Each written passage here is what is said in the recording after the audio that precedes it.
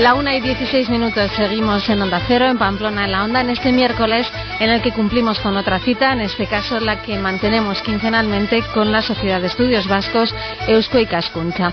Hoy nos vamos a acercar a la figura del pintor Javier Ziga Etxandi, considerado un referente de la pintura navarra de la primera mitad del siglo XX. Para ello nos acompaña Pello Fernández Ollaregui, que es catedrático de Historia de Enseñanza Secundaria, profesor de Arte y secretario de la Fundación Ziga. Muy buenas tardes. Buenas tardes.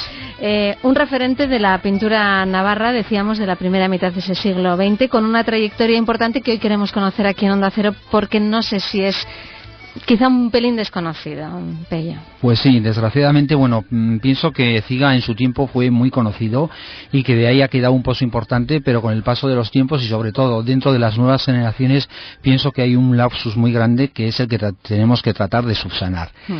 Intentando contextualizar la obra y la figura de Ziga, pues habría que decir que Javier Ziga Etxandi nace en Pamplona, en Iruña, en 1877, y que por vía materna tiene ascendencia baztanesa. Allá acudirá con asiduidad y que allá quedará ligado a aquella tierra cuando en 1917, ya definitivamente, cuando en 1917 se casa con la Lizondarra Eulalia Aricia, y de alguna manera pintará su paisaje, sus tipos y sus gentes, un poco su paisaje y su paisanaje. De alguna manera, como bien decías, Ziga es uno de los auténticos referentes de la pintura navarra de la primera mitad del siglo XX. Su pintura hunde sus raíces en dos grandes estilos que se habían producido en el siglo XIX, en el siglo anterior, y esos estilos son el romanticismo y el realismo. Del romanticismo, Ziga sobre todo cogerá ese amor, se forja en estos momentos el concepto de pueblo, de nación, y cogerá precisamente esos conceptos y los trasladará al lienzo, mostrando esa exaltación de esa pintura, gran parte histórica, pero concretizándola en el Valle Baztán, donde aún se encontraban muy vivos todos esos sentimientos. Del realismo, esa obsesión por plasmar la realidad, que le venía un poco de la tradición de los grandes maestros barrocos, y que intentará llegar a ese realismo perfecto, a esa perfección, muchas veces trascendiendo al objeto y a las personas y llegando a la esencia de ellos mismos. Realmente Javier Ziga tocó todos los palos, por así decirlo, ¿no? Todos los géneros, todas las técnicas, y no sé si en todos los casos bien, pero aparentemente con bastante maestría, Bueno, ¿no? Eso es uno de los grandes valores que tiene Javier Ziga y su pintura. Pocos autores podemos ver que prácticamente traten todos los géneros y todas las técnicas.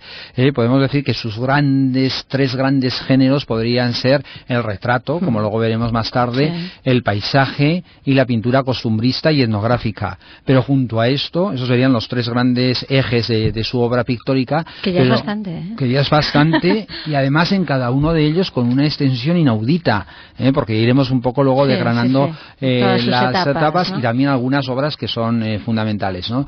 Pero junto a esto, pues tocó la pintura religiosa, tocó la pintura histórica, la pintura alegórica, el tema animalístico, el desnudo en una época que luego haremos referencia a ello. Entonces, de alguna manera vemos que es un pintor redondo, ¿no? Que su pintura es redonda. En cuanto a técnicas, aunque fundamentalmente el lienzo es lo que más peso tiene, pero de alguna manera tocó el cartel, y ahí están todos los carteles de San Fermín, que es por lo que se empezó a ser conocido, o por ejemplo la acuarela, o por ejemplo el dibujo en todas sus manifestaciones.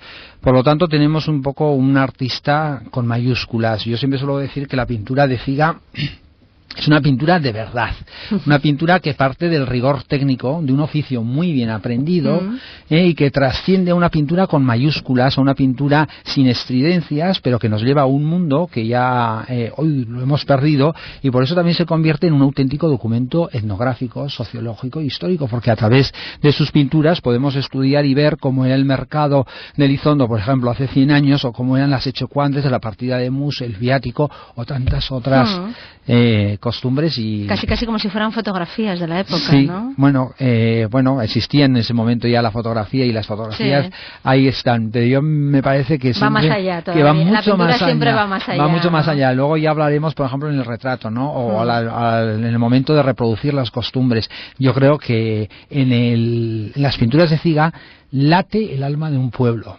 Y eso quizá en la fotografía pues muchas veces queda mucho más difuminado. Siempre tiene un punto de más, ¿no? Sí, en la pintura. Sí. Bueno, ya decía Pello Fernández que Javier Cigà nacía en Pamplona en 1877, que estuvo muy ligado al Baztán. ¿Destacó pronto en el oficio? Pues bueno, vamos siguiendo los primeros pasos, no. Teníamos que decir que no es un pintor que muestre gran precocidad. Muestra gran precocidad en el dibujo, como ahora veremos, pero no es conocido a una edad muy temprana. Ahora nos tenemos que dar cuenta que las primeras obras con las que nosotros manejamos y conocemos son de 1908, y en esta época el pintor ya tenía 31 años. Ahora sabemos por su familia, y luego esto lo han glosado también distintos biógrafos, que ya desde muy pequeño tenía una gran facilidad para el dibujo, fue un gran autodidacta del dibujo, y él siempre pintaba, empezó a estudiar en el seminario bachiller, y las arduas tareas y las arduas disquisiciones de los profesores en sus clases pues parecía que le interesaban poco, y su primer soporte fueron los pupitres, o si no en el negocio familiar, que era la funeraria, y este es un detalle un poco macabro, pintaba en los féretros una y otra vez, que luego convenientemente, y como era costumbre en la época, se forraban de negro e iban a parar a la sepultura, de tal manera que los dos primeros soportes que tenemos son esos, pupitres y féretros. Bueno. Luego ya en 1892 ya lo vemos matriculado como, la trayectoria de Javier Cigà es un poco muy parecida a los otros pintores de su época, a los otros pintores que destacaron, porque claro, muchos se quedaban en el camino. Sí, claro. Empezaban en las escuelas de artes y oficios provinciales, que recientemente se habían creado, en concreto la de Pamplona en 1872. Entonces aquí empezará con 15 años y ya empieza a estudiar las materias propiamente pictóricas, fundamentalmente el dibujo en todas sus variantes, dibujos de estatuaria clásica, y que esto luego lo completará en San Fernando, ¿no? Y entonces luego una vez que estamos ahí, pero que tampoco tenemos gran volumen de obras, porque como digo, las primeras obras son los primeros carteles de San Fermín en 1908, pues tenemos que hay un impasse que llamo yo la etapa de formación, pero sin obras, ¿no? En esta época, cuando entra en la Escuela de Artes y Oficios, entra en contacto con sus primeros grandes maestros. Quizá un poco la figura de Cigà, como la de tantos otros pintores, hay que ligarla a la de sus maestros. Claro. Tienen la suerte de contactar de tener muy buenos maestros. En la Escuela de Artes y Oficios, con Zubiri y Carceller, que son los dos primeros grandes maestros que le adiestrarán sobre todo en el dibujo, en el retrato, que luego será su fuerte, en el paisaje, en el caso de Zubiri, o luego Inocencio García Sarta, que en 1907 y 1908 en su Academia de Pamplona pues asistirá a ella. Hay que decir también que se hizo gran amigo de sus maestros, entonces no fue una relación maestro-discípulo, sino que él, por su simpatía, por su llaneza, pues de alguna manera contactó. Ajá. Ganó en 3 ocasiones, ¿no? 3 primeros premios con esos carteles de San Fermín, que yo creo que ahora mismo, lástima que en la radio no hay imágenes, ¿verdad? Pero que quizá todos los oyentes de Onda Cero, si vieran ahora la imagen de esos carteles, dijeran, estos son, ¿no? Sí. Los hemos visto representados pues cientos de veces. Bueno, hay que decir que Cigà, de alguna manera, es el que más veces ha ganado los primeros premios en San Fermín, con otro discípulo suyo, que es Pedro Lozano Sotés, en concreto 7. Bueno, en 1908, en 1909 y en 1910 irrumpe en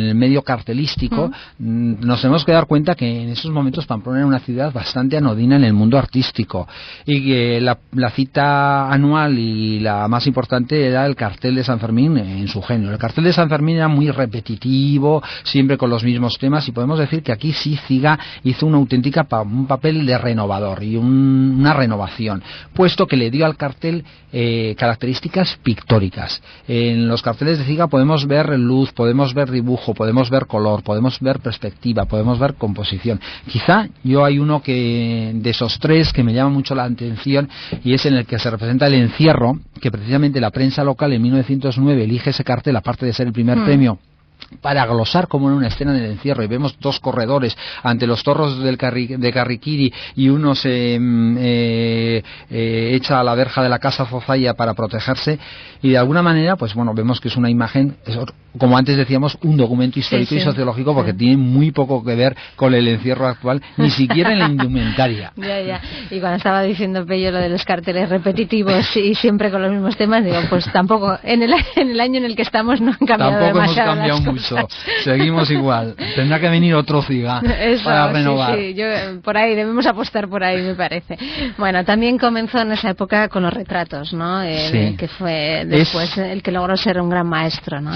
En esa misma época, bueno, hay que darse cuenta que los carteles de San Fermín le dan fama, ¿no? Le da fama inmediata, y empieza a ser conocido incluso pues en los medios locales y en la prensa local, ¿no? Junto con esto le empiezan a encargar los primeros retratos, y junto con esto pues aquí aparece pues la gran figura que es el mecenas, que en este caso Cigà no tuvo mecenas institucionales como fue en el caso de otros pintores, fundamentalmente la Diputación Foral de Navarra en aquel momento. Aparece su mecenas, que fueron los Urdanpilleta, indianos de origen bastandarra, no como él, porque él era de Pamplona, pero bueno, como donde estaba afincado también, vinculado, y entonces le proponen a ver si quiere dedicarse a la pintura, claro. Cualquiera dice que no. Era la ilusión de su vida. Cigà no se lo pensó dos veces. Ellos le van a financiar la carrera, y entonces aquí empezará la siguiente etapa. Tiene la oportunidad de ir. La siguiente etapa, que es un poco también, como he dicho antes, paralela a otros pintores. El primer salto era Madrid, ¿no? Y la Academia de Bellas Artes de San Fernando. Entonces, cuando llega a Madrid Cigà, en 1900, es la etapa que va de 1909 a 1911... pues se encuentra con la Academia de Bellas Artes de San Fernando, donde ahí sí que adquiere esa maestría en el rigor técnico del dibujo. Claro, me imagino que en la época tenía que ser todo un lujo poder acceder, ¿no? A esa academia. Claro, porque él por sus propios medios pues no hubiera podido acceder a esto. Entonces las dos únicas vías eran o el mecenazgo particular, que era muy difícil y prácticamente inexistente, y en el caso de Cigà casi es único, o el mecenazgo institucional, que también era difícil porque había que presentarse a unas pruebas, la Diputación tenía que tener a bien dar la beca, etcétera, etcétera, ¿no? Entonces cuando va a la Academia de Bellas Artes de San Fernando, que era como la misma palabra dice academia, y de ahí luego surgirá un poco el término academicismo, pero quizá convendría un poco igual diferenciar academia y academicismo. Cigà en la academia de alguna manera tomó de la academia lo que es la estructura y el armazón de su pintura, el dibujo. Entonces hizo mucha copia de estatuaria antigua, de estatuaria clásica. Pegaban dibujando durante meses manos, pies, rostros, caras. Claro, luego eso en el retrato se notará, ¿no? Claro, es aprender ese oficio. Es aprender ese oficio que decíamos, ¿no? Y eso fue muy importante. Ahora, luego Cigà, si se hubiera quedado ahí, entonces sí que hubiera sido de alguna manera academicista, pero Cigà no se quedó ahí. Cigà aprendió de eso para luego saltar a otro estadio. Claro, porque también por ese mecenazgo tuvo ocasión de viajar por Europa y de llegar a París. Claro. Bueno, antes en el museo, en la etapa de Madrid, me gustaría reseñar que en el Museo del Prado Cigà admiró a sus grandes maestros, los maestros del barroco, aquellos maestros que habían de alguna manera plasmado el realismo hasta sus últimas consecuencias, y entre todos ellos Velázquez. Su admirado Velázquez será una huella que siempre esté presente en Javier Cigà. Y luego Goya, que fundamentalmente en los retratos también se ve muy bien, sobre todo en la captación psicológica, como veremos después. La influencia, ¿no? El salto a París lo dará en 1912, previamente con su maestro Garnelo, que fue su maestro en la Academia de Bellas Artes de San Fernando, hará una gira por Europa. Es una cosa muy inusual, y él intentará aprender no solamente en el Louvre, que luego lo visitará más tarde, sino Alemania. Estaba pensado también ir a Inglaterra, Holanda, a Roma. Bueno, igual estas últimas etapas se quedaron sin cubrir, pero y visitarán muchos museos, y de la mano del maestro aprenderá un poco pues esa pintura, diseccionándola, porque cuando ellos iban a los museos diseccionaban esa pintura, y entonces aprendían mucho. Claro. El salto a París es muy interesante, porque nos tenemos que dar cuenta que entonces París era la capital del arte a nivel mundial. Allá estaban, en ese momento, era un hervidero de todos los ismos, y se estaba produciendo la ruptura con el arte tradicional y con el arte figurativo. Había pasado de alguna manera ya el fauvismo, el expresionismo, el cubismo, y estábamos ya en el camino de la abstracción, ¿no? Entonces, claro, Ziga, como tantísimos otros pintores venidos de todo el mundo, de todos los rincones del planeta, vemos allá japoneses, chinos, hispanoamericanos, europeos, bueno, otros compañeros vascos. Bueno, pues entonces Ziga, de alguna manera, cuando fue allá, pues también se introdujo en lo que en aquellos momentos hacían los pintores, que eran las academias. Las academias, porque claro, existía una academia oficial, tipo la de San Fernando, pero que era la Academia de Bellas Artes, la Escuela de Bellas Artes de París, que era muy difícil entrar, porque se exigía una recomendación de tipo artística o una prueba muy difícil de idioma, etcétera. Entonces, generalmente esos pintores iban a academias libres. Y en aquellas academias libres, la más famosa de aquel tiempo era la Academia Julián. Y entonces la Academia Julián, pues de alguna manera era un batiburrillo de pintores donde cada uno intentaba buscar su choco para pintar, pero pintaban del natural.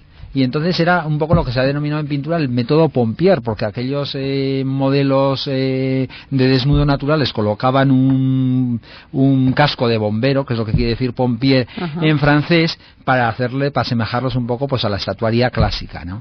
Y ahí entra en contacto con otro gran maestro, que es Jean-Paul Laurens. Jean-Paul Laurens en estos momentos había pintado el Ayuntamiento de París, las pinturas murales del Ayuntamiento de París, o el Panteón, el ciclo de Santa Genoveva en el Panteón, por lo cual tenemos que pensar que Jean-Paul Laurens era una gran autoridad pictórica en aquel momento.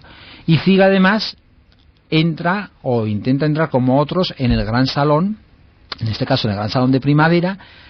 Tenemos que tener en cuenta que en 1863 se presentaron 5.000 pintores venidos de todo el mundo a esa prueba, y 3.000 fueron rechazados. Eso en 1863. De 1914, que es el año en que se presentó Ziga, no tenemos datos, pero tenemos que pensar que fueron muchísimos más. Probablemente, claro. ¿No? Entonces, también el número de rechazados. E incluso en estos momentos empiezan a salir los salones de los rechazados con grandes figuras. O sea, que solamente entrar ahí fue un gran hito. Tenemos que tener en cuenta también que en Navarra tan solo dos pintores han conseguido este honor, que son Inocencio García Sarta y Javier Ziga. Es elegido, o es seleccionado con su obra El Mercado de Elizondo, que allá la titularon Paysans Basques, paisanos vascos, pues que era una costumbre de alguna manera de universalizar un poco los títulos. Elizondo en aquella época en París pues no se conocía, y entonces de alguna manera universalizaban esos títulos, y de alguna manera es una obra redonda dentro, y por eso es nombrado también miembro del Gran Salón, que en aquella época y eso tuvo una repercusión en la prensa local. Cuando llega Ziga es tratado pues como el gran pintor, ¿no? Porque había conseguido pues entrar en el Gran Salón, y eso era un hito. La verdad que la figura de Javier Ziga nos da para mucho, y tenemos que ir acelerando porque el tiempo se nos va escapando, que es lo que nos suele pasar cuando estamos en la radio, porque la etapa de París se acaba con la Primera Guerra Mundial, porque se acaba el dinerito, realmente, que es lo que le permitió estar ahí. Hay una anécdota muy bonita, y es que, por ejemplo, en 1914, cuando ya estalla la Primera Guerra Mundial, pues claro, en ese momento había entrado en contacto Ziga con el judío Leví, que era uno de los marchantes más importantes de aquel momento, concretamente marchante de Diego Rivera, afamado pintor, y le propuso el hacer el retrato de su hijo. Claro, como luego veremos, Ziga es el gran maestro de los retratos, y Leví se quedó prendado de aquel retrato, y entonces le propuso hacer una series sobre las regiones de España, una cosa muy parecida a lo que Sorolla ya estaba haciendo por encargo de Huntington y de la Hispanic Society, ¿no? Entonces, ¿qué hubiera sido de Cigá si no hubiera sido la Primera Guerra Mundial y hubiera podido seguir con ese proyecto? Pues ya, no sabemos, cualquiera ¿no? sabe, ¿verdad? Bueno, después vino la etapa de plena madurez, ya de vuelta en Pamplona, sí, ¿verdad? Donde se convirtió, yo creo que en el retratista oficial de la burguesía navarra. Sí. Es un buen momento para abordar el tema del retrato. Como tú muy bien dices, se convierte en ese retratista oficial de la burguesía navarra. Yo pienso que los grandes valores del retrato en Cigá pues son dos. Él parte del retrato romántico con unos fondos muy neutros que intentan no distorsionar y no despistar la figura del retratado. Y luego, sobre todo, intenta identificarse y reproducir el natural, el retratado, pero sobre todo indagar su alma, su espíritu y esa captación psicológica, que es lo que verdaderamente, pues entroncando con Velázquez, entroncando con Goya, le da al retrato de Cigá una singularidad que pocos adquirieron, ¿no? Me da muchísima pena porque vamos a tener que correr, ¿no? Pero llega también la guerra civil y desde luego Cigá no solamente se había dedicado a esto del arte, sino que además era un hombre muy comprometido y fue incluso concejal del Ayuntamiento de Pamplona, y la guerra civil le llevó a la cárcel, ¿no? Claro. Bueno, Cigá fue un hombre muy comprometido con sus ideas. Aquí igual habría que traer una frase de Bergamín, que bueno, pues que pensar es existir y existir es comprometerse, y la vida de Javier Cigá es compromiso. Entonces, desde 1920 a 1923 estuvo como concejal en la minoría nacionalista, y en 1930-31 volvió a repetir, pero él siempre había participado de todo aquel movimiento vasquista que en aquel primer cuarto del siglo XX fue muy importante, junto a otras figuras como fueron Altadil o Arturo Campión o Hermilio Lóriz. Entonces, de alguna manera, aquella intelectualidad vasquista pues puso en marcha muchos proyectos, tanto en prensa, La Voz de Navarra, como otros proyectos literarios, proyectos pictóricos. Entonces, Cigá siempre estuvo en primera línea. Muy ajeno, porque como dice su hija Gurutze Cigá, no tenía malicia, era un tanto ingenuo, muy idealista y muy ajeno a lo que luego le iba a venir. Cuando estalla en 1936 la guerra civil, pues bueno, por su afiliación nacionalista, en aquellos momentos era vicepresidente del Batzoki y había ostentado otros cargos tanto en La Voz de Navarra como en el Centro Vasco, como en el Batzoki, como en la concejalía. Bueno, pues fue avisado de que igual pues hubiera sido conveniente que hubiera puesto tierra de por medio, como tantos otros, ¿no? Cigá lo tenía muy claro y dijo que él no había hecho nada malo y que no se tenía por qué ir de ningún sitio, ¿no?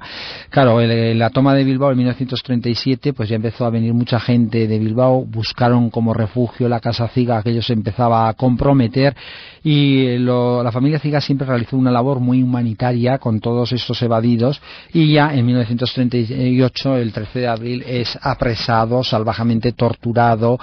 Tenía 61 años, en el depósito, pasa al depósito provincial, y ahí tenemos un poco la denuncia suya de la propia tortura con 2 vergas de hierro, y luego de ahí a prisión, y pasa 1 año y medio en prisión, en una situación muy dura, con 61 años, como digo, que solamente pues fue mitigada, pues allá también hizo lo que sabía hacer, que era dibujar.